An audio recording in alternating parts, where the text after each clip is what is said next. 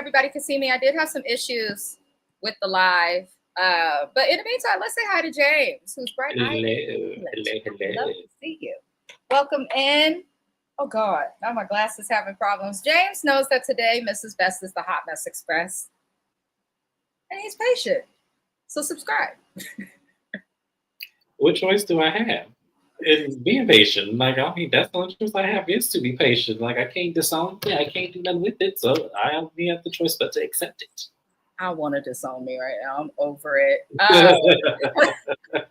No, don't disown yourself. Just, keep yourself a break. I genuinely was not going to cover this because I was like, it really was like Leah Remini's Scientology episode,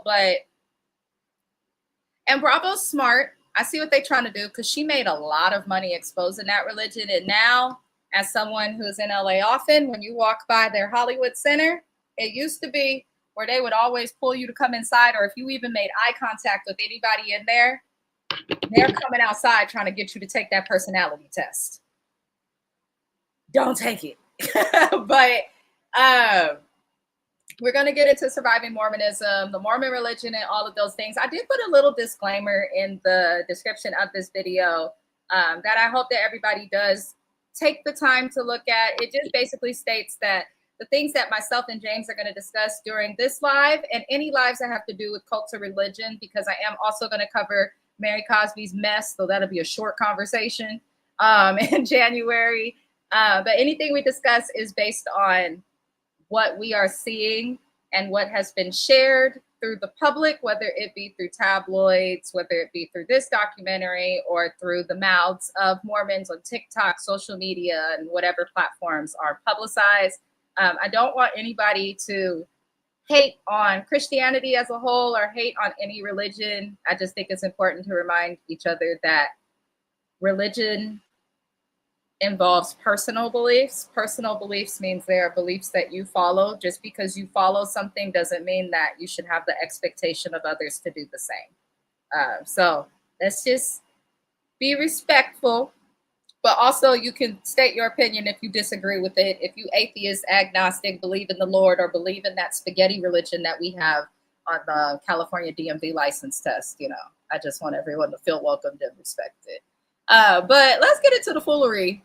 James covers Housewives of Salt Lake City on his channel. For those who do not know, Housewives of Salt Lake City, I think, is one of the more interesting and one of the better and more successful newer franchises of the Housewives that we've had in some time. They get on my nerves and I'm hard on them in James's recaps. However, I do appreciate that they give us entertainment without assaulting each other often or like taking it just the extra mile. So I'll give them that.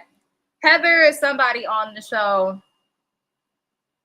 We don't really care for her, but I know that she has some fans. I think the one area where Heather is likable is her openness and willingness to speak out against the Mormon religion, which you have to respect when everybody she knows, her children, her ex, her friends, everyone she knows is so deeply in it. So I do respect her for speaking on it. But she starts this episode, which is titled A Bad Mormon, which is named after her book, Bad Mormon, that she wrote. She did really well with her book.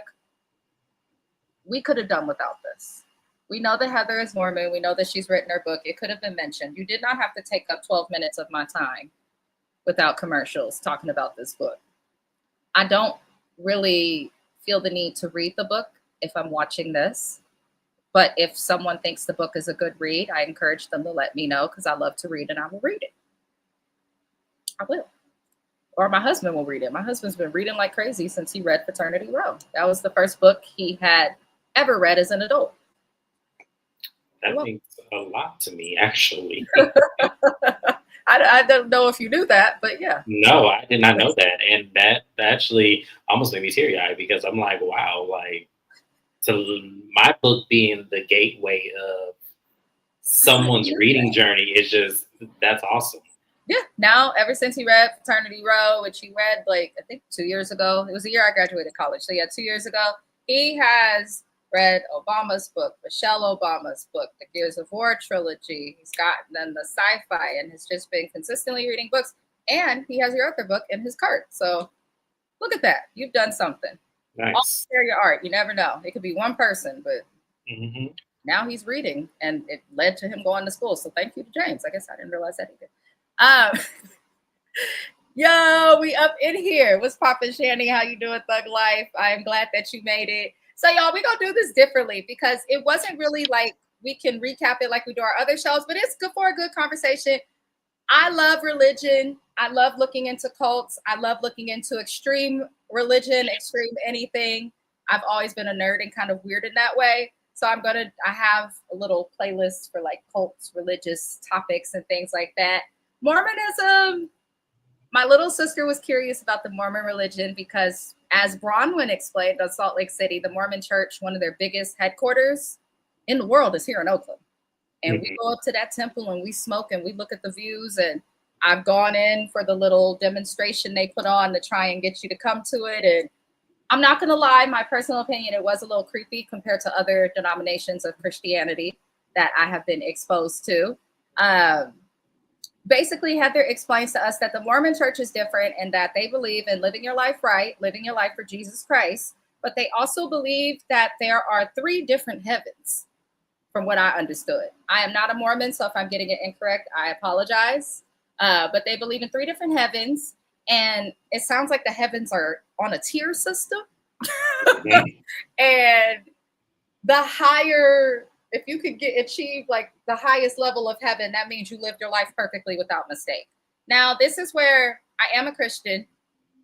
I guess I would say non-denominational. I don't like any of the denominations at all. I grew up Muslim and in the Baptist church, which is like, huh?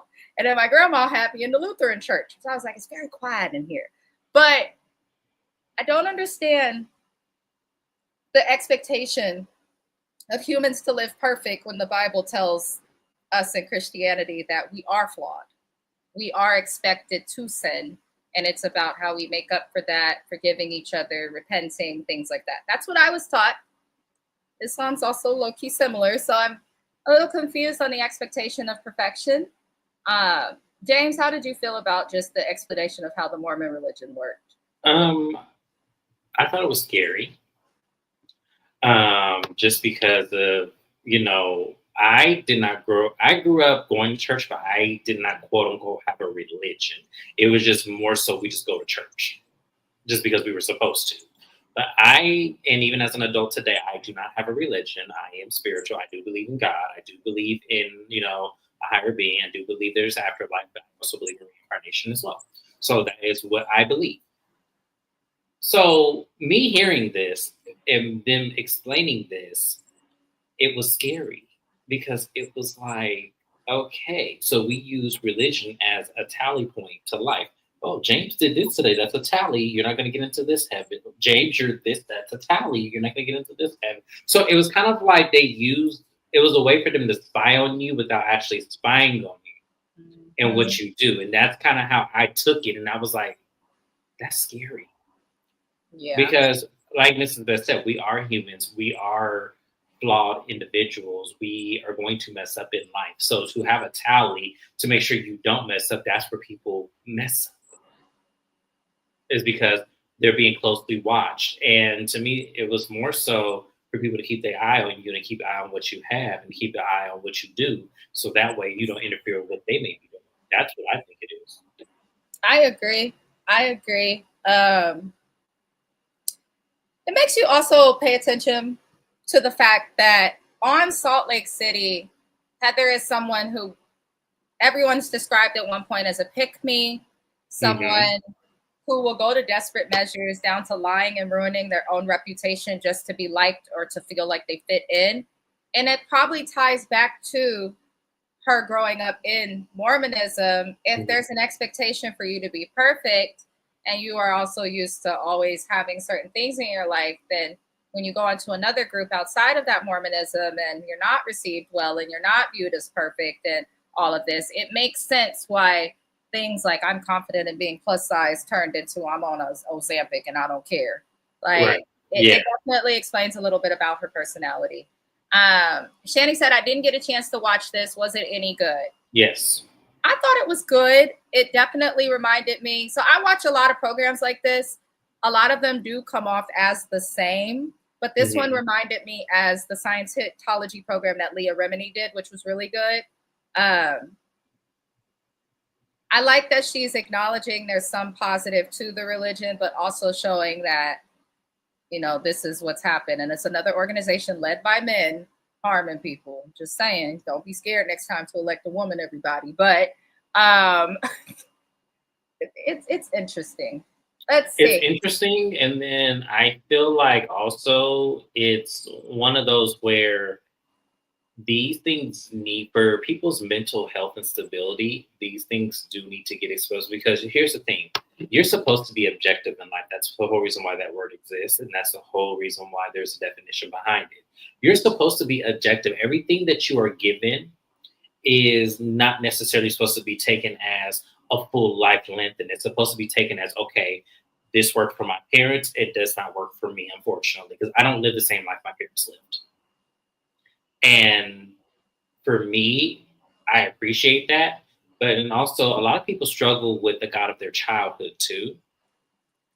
And I think this was a way to kind of open people's mind to this woman, especially since we're talking about Heather struggling with the God of her childhood. And we got to see on Salt Lake City how that affects her in today's time, and how she's really looking at it from a different view of, like, I'm not saying the way I was raised was wrong, but for me to value this as an adult, it's not fitting. So why is it not fitting? Was Thanos kicked out of the church, or did she decide to leave on her own? I think it was both. I think she did. I think it was both. I think she decided to leave after coming on the show, and then they just excommunicate, because she says she's waiting on the letter because she knows they're going to do it. It's not like Scientology where you're just kicked out, or like when you're a Jehovah's Witness and you're just kicked out. They more so do like James said, like excommunicating. Like, your family may still talk to you if you leave. If we look at the Salt Lake City cast, they've all been connected to Mormonism in some way. A lot of them have left, with the exception of Meredith, obviously, because she is Jewish. Meredith's Jewish, and then Lisa hasn't left yet either. Yeah, Lisa hasn't left yet, but most of them are connected to it in some way. I don't think that Heather left, because we saw Heather trying to connect with her sister, but it seems like she definitely dealt with the break and family members and things like that. I think Heather's problem, and they've spoken about this a little bit on Salt Lake City, is she says that she's left the church, but you could tell that she still believes in God, which she's entitled to. But her daughters are still involved. Like, it seems like it's hard for her to just let it go, because it's so ingrained in her life, which I can understand. Yeah. But yeah, Shani, Mormon Wives, it's a show on Hulu. I did want to cover it, and then I decided to change my mind because I think something happened, and I was like, I don't want to pay for Hulu because I have hella apps: Hulu, Disney Plus. What else do I have? Crunchyroll, Paramount Plus. Yeah, I think that was another one that YouTube couldn't get their hands on either. No, they cannot. But probably because it's on an app. I've noticed that with YouTube, the stuff that the shows that are Netflix or the streaming apps, they be locking it down. But if James gets Hulu and they do another season, I'll happily do it, or I'll get Hulu and share, make a little profile bubble for James. But I got to see them get renewed for another season, and they stress me out. I did like that show, and I know you'll be down. I remember when Hulu was free too. I used to pay. I've had Netflix back when I used to get my DVDs in the mail. That's how long I've had my same Netflix account.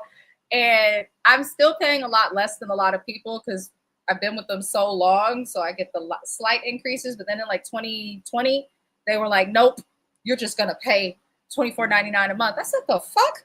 For Netflix? It's a piece of my cable bill. Hell. So yeah, I don't have a Netflix account. I only have a Prime account and Peacock just recently. I have never.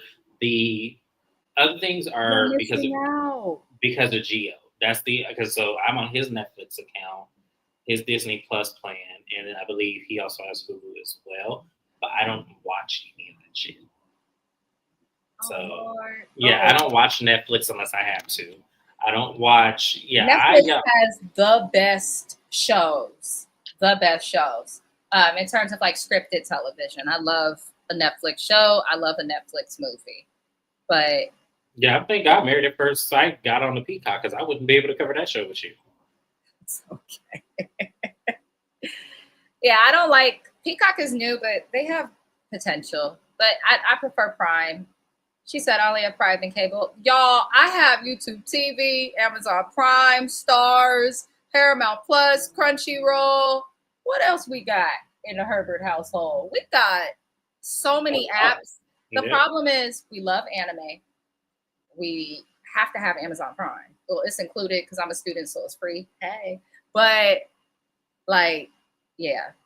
I don't know why I have so many other apps because I never watch Paramount Plus, and they say they charge me every month, but none of my cards, not my credit cards or my accounts, does it come out of. So I'm gonna just let that ride. And so they catch you. HBO Max is included with my cell phone plan. So shout out to AT&T. I appreciate y'all. I don't have to pay for Max, which I love.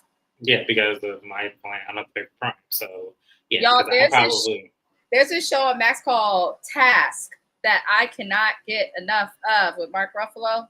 I love it. That's all. I hope everyone watches it.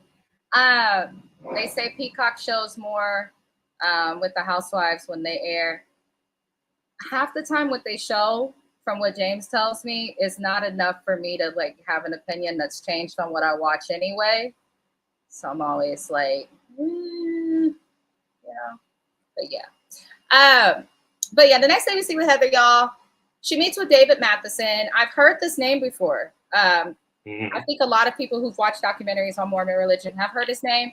David Matheson is a licensed counselor who also used to be the leader and teacher of conversion therapy.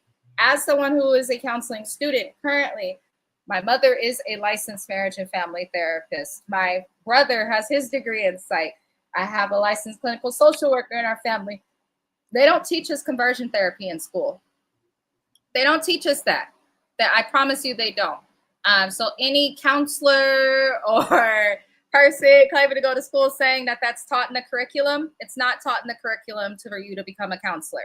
And I live in the state with the hardest requirements to become a counselor, meaning we have to learn triple what they learn in others. So I promise you that's not a requirement. Why? Because oftentimes the choice of sexuality is something that psychologists do not understand as it relates to same-sex attraction, as it relates to trans, and specifically, I believe same-sex as it relates to gay for whatever reason. There are statistics that show a lot of people make those choices based on trauma, but there's nothing that says you can convert them or change them once they have come out or made the decision that they want to be trans or want to be gay or want to be bi or want to be non-binary or anything else that aligns with it. So there's no real science to prove, like no one went through the scientific method and can prove to us that conversion therapy works. So you're just fucking with people's minds. And that is a fact coming from someone trained in the facts. You feel me? So I just want to put that out there. I don't like conversion therapy. And I am a Christian. I don't think you should try to convert anybody into something that they're not. And scientifically, humans only change when they're ready to and want to and can see the need and space that they have to change. So it's not useful at all.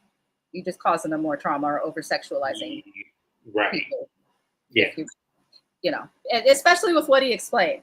There's no reason that if I go to James and I'm like, oh my God, I need to be delivered from the coochie, I can't get enough of it, that he's going to tell me to go then rub coochies. Like, that's not delivering anyone from anything. It's getting the urge out temporarily so they can go back to their wives and be okay for a little bit. But that is not. And it's only for a little bit, y'all. Exactly. When I tell you your biology, the way it's made up, that's why a lot of people feel like it's a born necessity.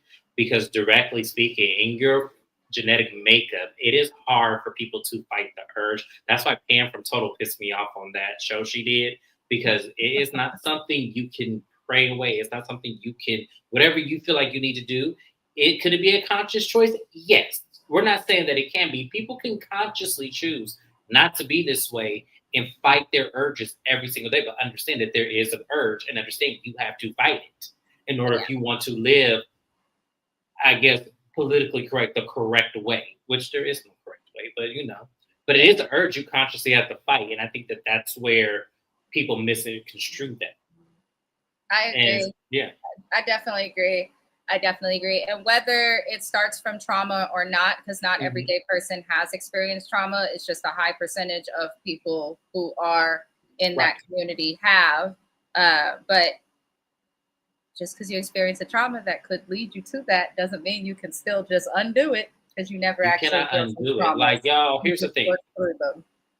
I've dated men so long that I cannot not be attracted to men. If I decided to go back to women, which is a very easy thing for me to do, I will never not be attracted to men.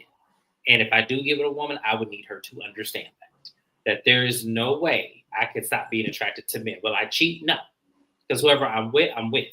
Like, if I chose you for a reason. I am faithful beyond every measure and probably way too loyal, as some of my friends point out to me all the time. But the issue is that I'm not going to lie about who I am. I'm not going to lie about what I've done. I've crossed lines. That's a message that a lot of men, specifically living in the closet, has to understand. Nobody is telling you to come out of the closet. Nobody is telling you have to announce who you want to be with or the type of person you want to be with. Right. But you do have to let people know. Let people know. That's what you want to do. If you know that they are heterosexual, you might want to let them know, because that's respect. It's respect, because not everybody can deal with that. They can't. Don't play with other people's emotions if you don't want those played with.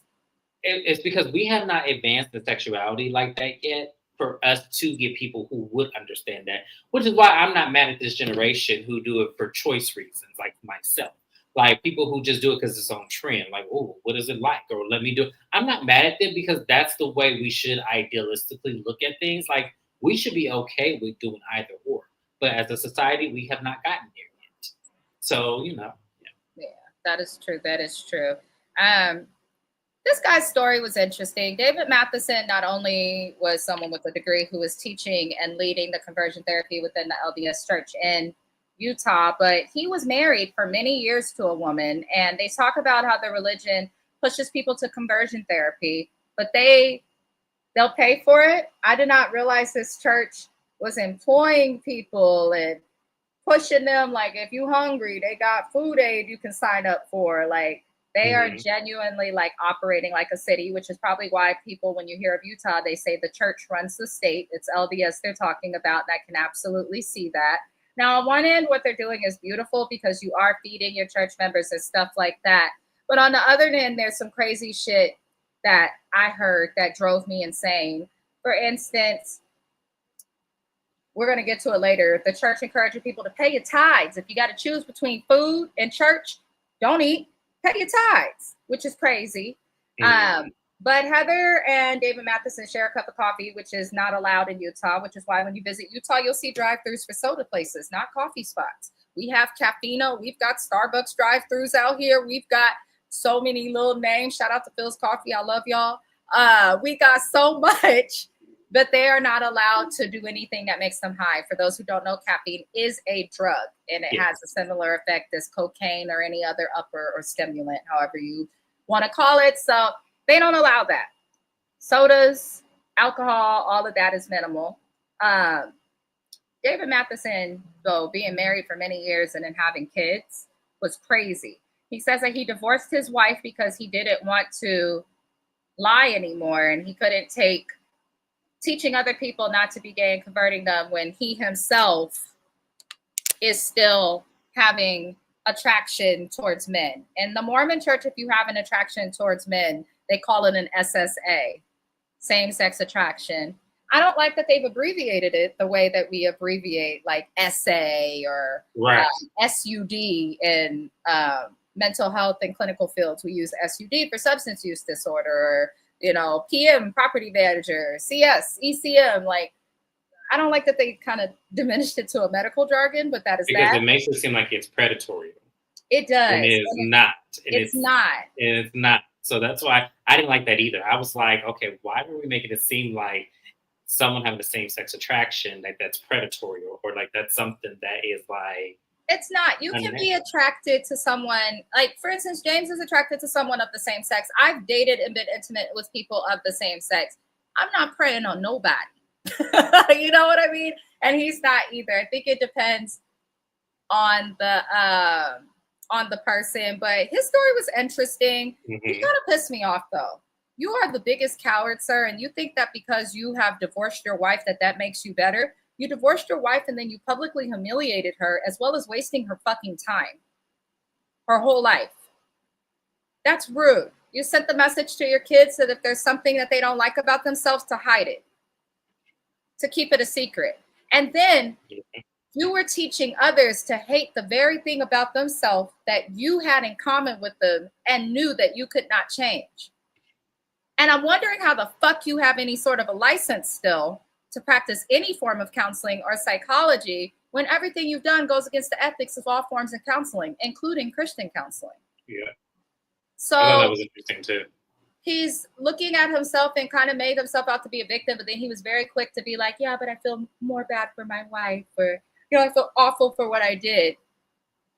To do it for that long when you had such power is crazy. And that's where Heather starts to call out stuff that she heard about Evergreen, which was the conversion therapy camp that he would send people to.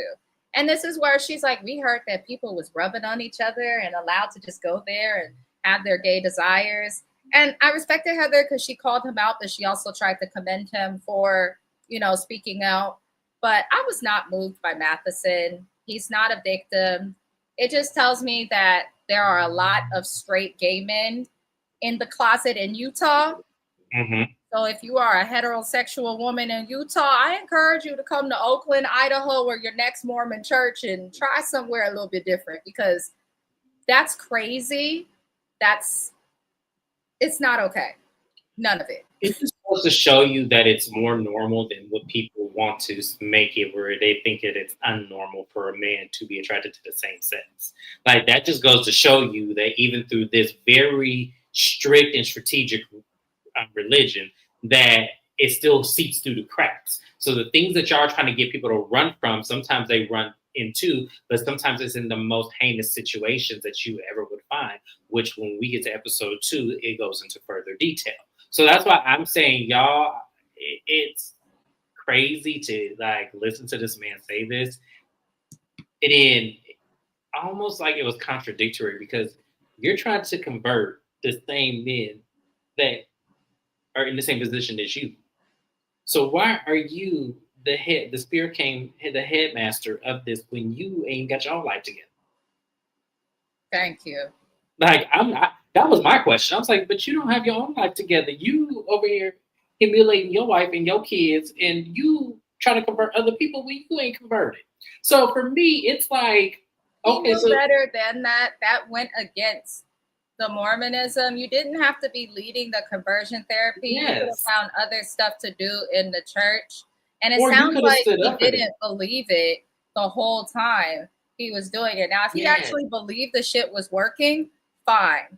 But when that man said, and this is proof that some people are just not attracted to women, it got a little less weird. You gay. And I know you knew you gay. If you describing just a sexual interaction with a woman as weird, let me tell you this. If I touch my husband on the shoulder, that man's little tillywhack could be getting happy sometimes. This man is beyond the shadow of a doubt gay. There's nothing wrong with it, right? And I feel like he has known that about himself, even through the conversion stuff and the statements he tried to make about it.